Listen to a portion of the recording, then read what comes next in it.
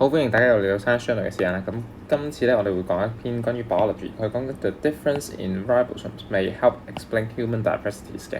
咁嚟緊就會有新嘅一批即係中四嘅同學就會去到學習 biology 啦。咁biology 應該會有好多嘅新嘅 terms 嘅。咁但係都呢個字咧都係一個好緊要嘅一個字嚟嘅，叫 ribosome。ribosome 係咩咧？ribosome 就係愛嚟幫我哋喺身體裏邊咧去到整蛋白質的，即係大家喺中三裏邊有學嘅 proteins 嘅。咁佢就話啦，原來呢一個嘅嗰個機制去產生蛋白質嘅話咧，佢就會導致到我哋人類之間咧有啲嘅多樣性喺度㗎啦。咁佢就講下個背景先啦。咁佢就發現得到，原來呢啲咁樣嘅自然嘅差異性咧，就會導致得到喺嗰個嘅 RNA molecules，即係嗰個嘅 ribosome 上邊咧有啲差異啦。因為呢兩個係一樣嘢嚟嘅。咁嗰個 data 係源自於 UK 嘅 Biobank 嘅。咁佢就發現得到會導致到咩差異咧？其實就係喺高度同埋體重上面咧會有啲差異嘅。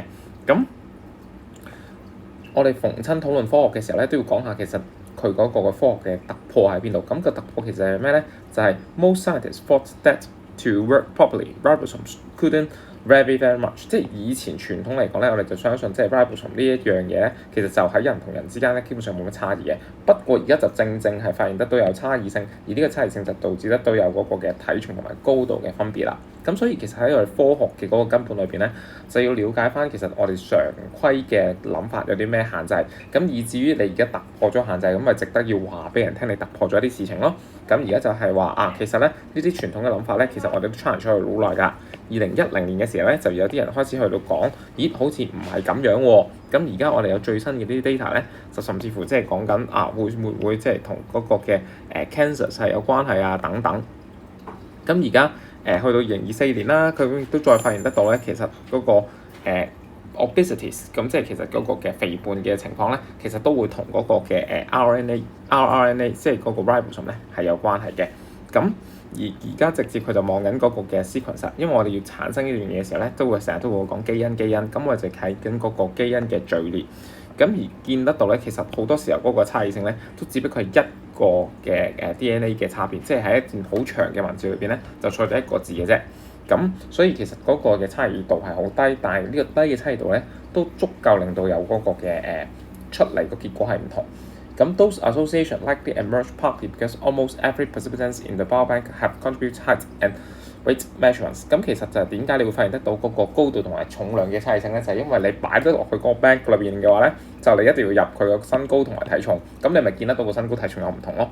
咁同埋其實點解我哋知得到係呢個基因上面會導致得到嘅差異性咧？其實就係因為佢哋本身都係 twins 啦，即係佢哋本身嘅基因基本上係一樣嘅，係一個同卵雙生嘅孖生兄弟或者姊妹，咁而佢哋仲要全部都係白人嚟嘅添，咁所以可能喺嗰個有色人種嘅數據嚟講咧，就未必可能好完備啦。咁但係至少都係一個新嘅方向啦，去到嘗試去理咁嗰個 ribosome diversity， 即係嗰個嘅核糖體嘅嗰個差異性咧，係會導致得到人嘅差異性嘅。咁我哋講一講嗰個 difference in ribosomes may help explain human diversity 啦。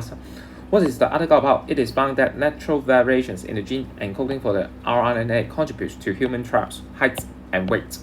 Data was collected by the UK Biobank. An example can be the people with obesity problems tends to have fewer RNA copies. But what are the weak points about these studies? So this will be what the article is about. And how is it related to me? We should all remember that genetics is not the only factors contributing to many problems. So take the diagram on the left as an example. You may notice that the genetics can now contribute to the problem of obesity. However, other than the genetics, there are also lifestyle, age, mental status, and even other possible factors also contribute to the obesity. So it is not the only factors. However, it is good to notice it contributes to humans' variations in the live level。咁好多時候咧，我哋好多時候睇啲嘢嘅時候咧，大家都會覺得genetics 好緊要啊，因為我哋 biologist 好多時候都係會 genetics 嘅。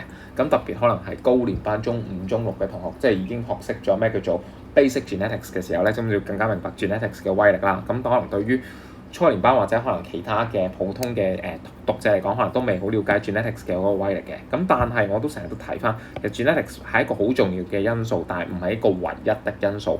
咁但係當然啦，我哋見得到原來 genetics 係一個另外一個角度嚟講，都影響得到一啲因素，例如肥胖嘅話咧，都係一個有趣嘅發現嚟嘅。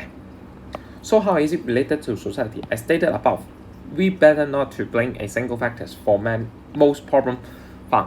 咁好多時候亦都係啦，喺社會上面甚至工作層面上面咧，大家可能都會遇到一啲問題，咁將個問題好容易就歸因係單一個原因裏邊嘅。咁呢個係好舒服嘅一個做法嚟嘅，因為你覺得就只要解決到個原因，你就解決到個問題啦嘛。咁但係其實好多時候都未必會係咁嘅咯。咁希望呢一段嘅短片可以幫到大家，下次有機會再見，拜拜。